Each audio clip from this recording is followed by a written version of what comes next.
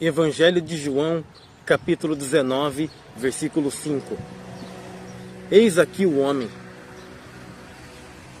Evangelho de João, capítulo 19, versículo 5. Eis aqui o homem. Essas palavras foram proferidas por Pilatos quando ele estava ali julgando Jesus. Ele sabia que os judeus haviam entregue ele à morte por inveja e que nenhum crime de fato justificaria uma pena assim. Os judeus não poderiam matar ninguém. Eles não podiam executar a pena porque eles estavam agora sob a tutela, sobre o regime romano. Então eles vão até Pilatos e pedem a morte. E Pilatos, meio sem entender o que eles estavam querendo dizer, pega Jesus e fala assim: olha, açoite, pode açoitar. E depois que Jesus ele foi ali flagelado, depois que Jesus foi ali surrado, a Bíblia mostra que Pilatos fala essa frase: eis-se homo, ou eis aqui o homem. Ele apresenta Jesus martirizado, flagelado.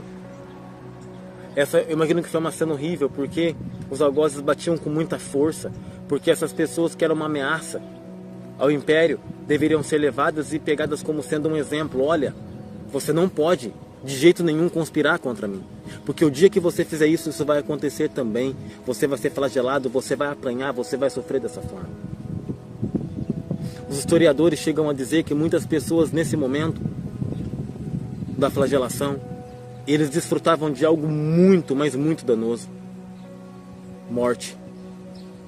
Algumas das pessoas que não eram mortas, elas voltavam irreconhecíveis, e outras perdiam completamente a sua credibilidade. Eu não sei como nós conseguiríamos aproximar essa realidade. Talvez uma pessoa que é condenada por estupro, algo para a gente pensar. Mas Jesus ele volta assim, tudo ali machucado, e ele fala essa expressão: eis o homem.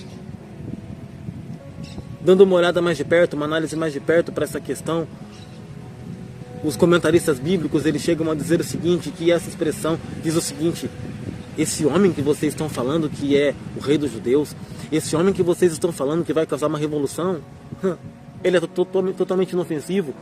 Olha o que eu fiz com ele, ele está aí. Vocês estão falando que quer levar eles para as cortes superiores, nem precisa, ele é frágil demais, eis aí o homem. Mas eu entendo que quando Pilatos fez isso, Deus ele nunca chega atrasado. Anteriormente sobre Jesus havia uma palavra, que Jesus era o homem de dores, aquele que carregaria o peso do meu e do seu pecado. O castigo que nos traz a paz estava sobre ele.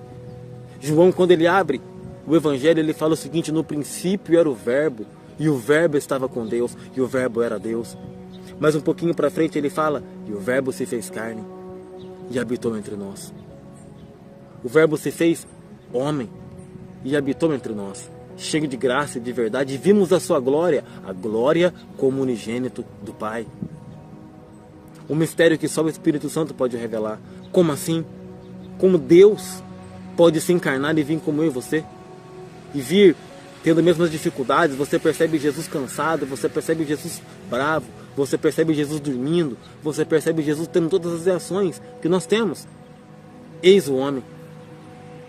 Análise de Pilatos: alguém que era frágil, alguém que não conseguia fazer muita coisa, alguém que não poderia sequer conspirar contra os romanos. Era uma sátira assim.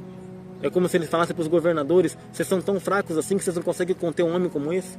Mal ele sabia que a revelação é muito maior do que essa, do que apenas um recorte temporal, que ele achava que tinha poder sobre Jesus e não tinha.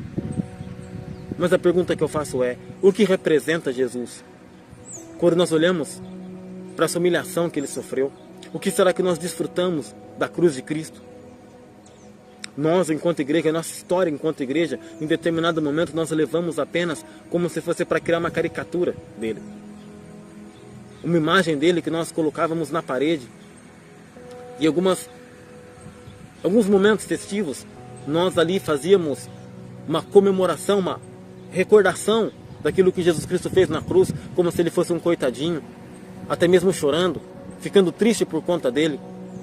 Entenda, é muito mais do que isso. Eis o homem. Eis o homem. o nosso representante. Adão lá atrás, ele perdeu o direito, porque ele pecou. E o pecado entrou na terra por meio de um homem. E agora vem Jesus, podendo sim pecar, repito, sentindo tudo aquilo que nós sentimos, para fazer o quê? Para nos restaurar na comunhão com o Pai. Ele mesmo disse, porque o Filho do Homem veio buscar e salvar o que se havia perdido. Esse homo, eis o homem Jesus Cristo, aquele que nos representa, aquele que intercede junto ao Pai por mim e por você, para que a gente venha ter uma religação com Deus. O sentido original, o sentido que a gente pode trazer para o nosso dia a dia de religião, não meros dogmas, mas religar-se com Deus. Por causa de quem? Desse homem chamado Jesus, do homem chamado Jesus Cristo, do Deus encarnado, daquele que se fez pecado, entenda, não pecador, mas aquele que se fez pecado por mim, daquele que se fez pecado por você. Volte alguns milênios atrás e tenta ver o que aconteceu com Jesus. Repito, algumas pessoas ali, quando elas eram submetidas a esse castigo, a esse flagelo, elas morriam. Algumas pessoas ali, elas ficavam completamente irreconhecíveis, perdiam suas credibilidades. Por que Jesus teve que se submeter a isso? Ele, como Deus, poderia simplesmente liberar uma palavra de ordem, mas não, para que ele viesse a cumprir as justas exigências de Deus. E Deus viesse a se tornar ao mesmo tempo justo e justificador, ele teve que derramar o seu sangue. Ele teve que ser condenado. Cada chicotada que ele tomou ali tem a ver comigo e com você. Isso nos traz cura, isso nos traz direitos, direitos de filhos, direito de nos assentar à mesa. Eis o homem, eis aí Jesus Cristo, eis aí nossa representação. Como dizem as pessoas antigas, nós não ouvimos muito mais essa frase nos nossos dias, mas existe carne humana na Trindade, ou seja, Jesus Cristo nos representando, para que a gente venha entrar e ter acesso ao Pai. Evangelho de João, capítulo 19, versículo 5.